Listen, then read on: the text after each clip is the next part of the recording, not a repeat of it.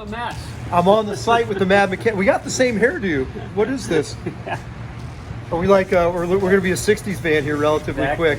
So tell us what we got going on here, Brian. So the rust-free car had plenty of free rust for us to deal with. By the way, I see it all down there on the floor.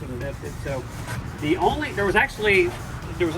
thing holding the bumper bracket on this side was a couple of pieces of pop riveted metal. I wouldn't even call it steel. I think it was just some aluminum. So this obviously had some damage, but in this case for this car, it's actually not bad at all, because what we're going to do back here is actually stiffen up this chassis. Obviously you can probably see you get the roll bar kind of mocked up in there. Let me look at that, by the way. So let's start here because we'll go backwards. So we just talked about a bunch of modifications side here. So this is our Auto Power roll bar that we got from Auto Power sent to us, but we're going to change the way this is going in.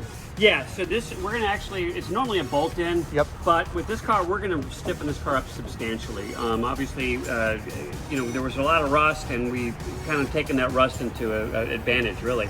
So with this, we're going to kind of open this up here, and I'll cut this open and cut this foot off, and then we'll slide this back in and then re-weld it in. This is obviously a structural piece right here, adding a lot of stiffness. Nice. So if we put this in here and I can gusset it up, it'll actually even make it more rigid. So we'll stiffen this here. Yep. And over there, and then you're going to stiffen it even more by coming forward down here. Yeah, so what we're going to do, we had some terrible rockers situation. I think we covered that before, yep. But if we didn't, so the rockers had to be come off just to get them all rust free. So this is obviously going to be now, there'll be another tube that's going to run under here.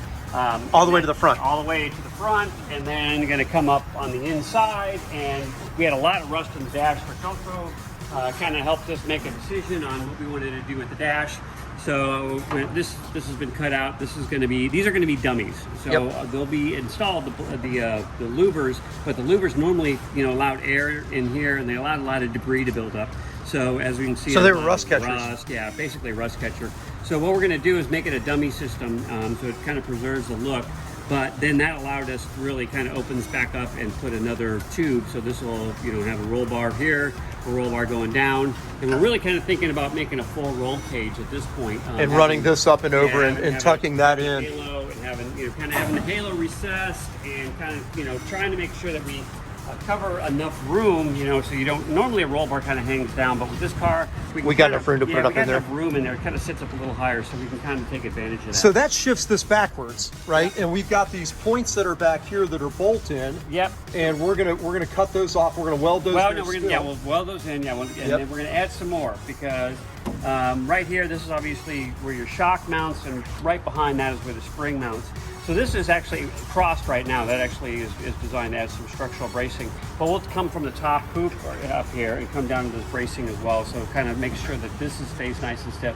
Probably get rid of this as well and actually put in a real cross, tubing cross right there. Which is stiffen it even more. Yeah, stiffen it even more. And then back here, we're going to take the back seat out. We made a decision today. Yeah, no more back seat. Going to come out, and what we're going to do with that now is normally the fuel tank rides right here, which is high. It's high, and it's kind of right over just back of the plane of the wheel. Gotcha. So, and obviously, if they want everything as 4 as you possibly can, but they obviously had a back seat. So since we don't have a back seat anymore, we're going to put a fuel cell right back here, right in this area. So we'll center it.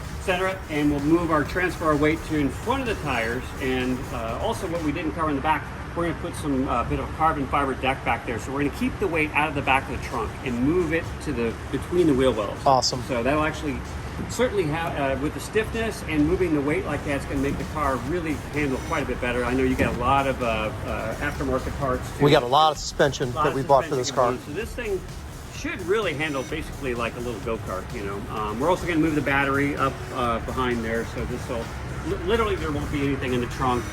We've talked about even possibly if you need a spare tire, we'll put the spare tire up in here, back in there if we need it, low, and put that there.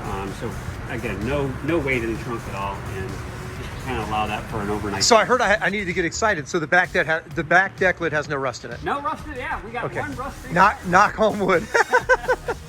Awesome. Well, I'll get this out on the World Wide Web here. This is kind of an update on where we sit on the Alfa, and I'll take a few pictures of this.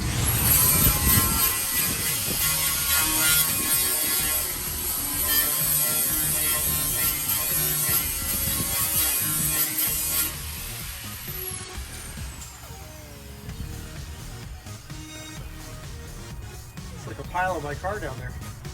No, that's rust. It's not the car. Well, it used to be part of the car, right? I guess the car is kind of rusty. Just a little bit, huh? Check that out. If anybody wants to know what's left of the Alfa, you can see that there's not much left of the Alfa. Craziness, huh?